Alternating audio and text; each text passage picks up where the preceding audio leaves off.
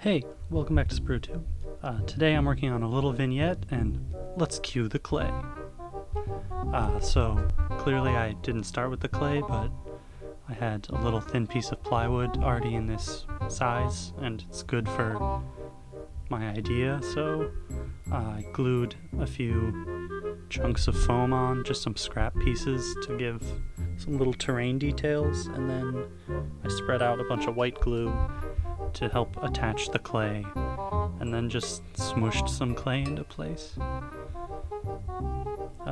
I had a general idea for what I wanted this to be, and I've already painted the figures entirely at this point. I just have them ready to go. So this is just basic air dry clay.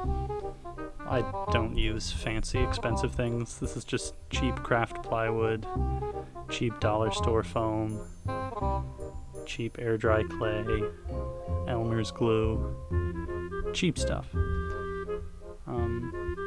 But I think this clay has a tendency to crack and shrink, so I think the glue and smushing it into an even layer helps with that. And here it is after I'm all done with it, and I put some water on my finger and spread the clay out a bit more. And then I did kind of the same thing with the back of a paintbrush, but this was to add some road texture to it. I also used a little motorcycle wheel from the kit that I'm using. Not the one from the motorcycle I'm using, but it's a kit with two motorcycles. So I had another wheel, so I left some better tire tracks. I don't know if this was worth it, because I think most of the texture disappeared after all of the painting and stuff.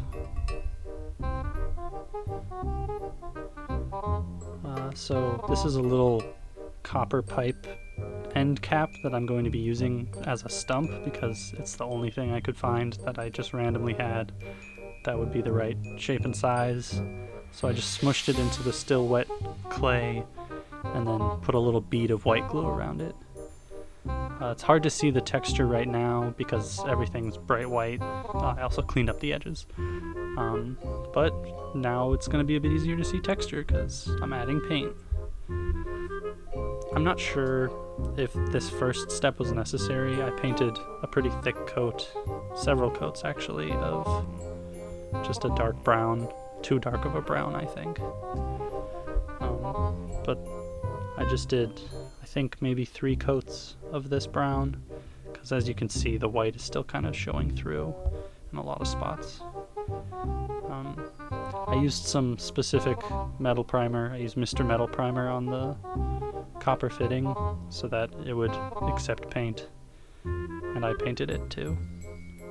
And here it is after the 3 coats. And also some texturing. I used some dimensional paste that I have. I used it on my Stewart to add mud texture, but I mixed that in with a brown paint and just stippled it over the entire thing so I could make a dirt texture without using dirt.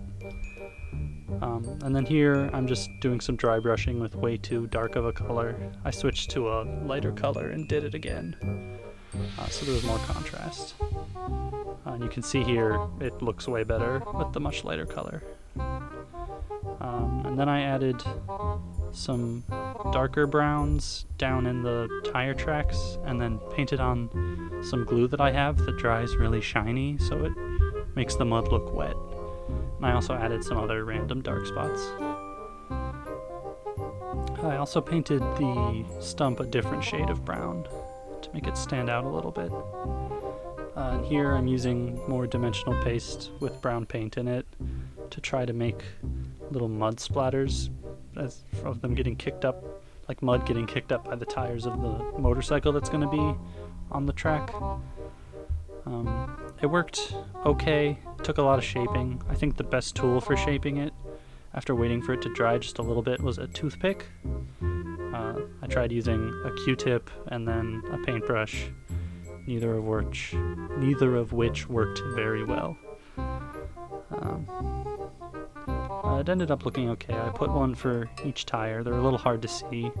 It's easier to see in person because better vision and depth. And now this is a new thing for me. I only have done one test thing before this, but I'm trying out some static grass. I'm not using an applicator, but I'm just sprinkling the grass on. If you haven't seen any static grass before, it's little scale grass particles at different lengths. I used 4mm and 7mm, and you just put glue on whatever you want to have grass, then you sprinkle it on and knock the excess off. Usually you have an applicator that does some electrical magic to make the grass stand up in the glue, but I've heard that just sprinkling it on works well enough too. So here you can see the whole process. I stippled on some glue in the spots where I wanted grass. That first layer with just the little bunches was with the taller grass, and then I'm putting some shorter grass around it. So I'm just covering pretty much everything but the road and the stump and where I've gotten the grass before with some glue. Not a lot, but not a little. Just stippled enough. And then I took the grass and just seasoned the ground with it, essentially. My hand is conveniently in the way, as always. But one important thing to do is to do what I did and put the thing you're grassing in a little tub or on a big sheet of paper or something, so that you can knock the extra off and save it to use later. And it looks surprisingly good. Some of the grass doesn't want to come off, the loose grass, so you have to brush it off. I did that on the road, and here's the result. Oddly good.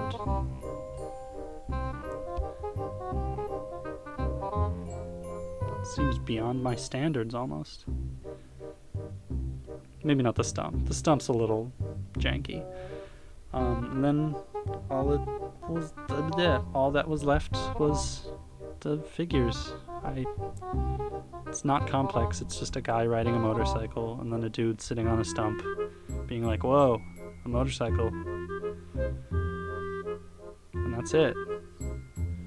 So thanks for watching. Let me know if you want to let me know if you want me to do more dioramas and vignettes. This was pretty fun. I hope you enjoyed it.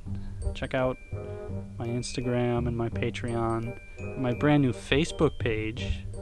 Oh yeah, everything's in the description. Thank you again for watching.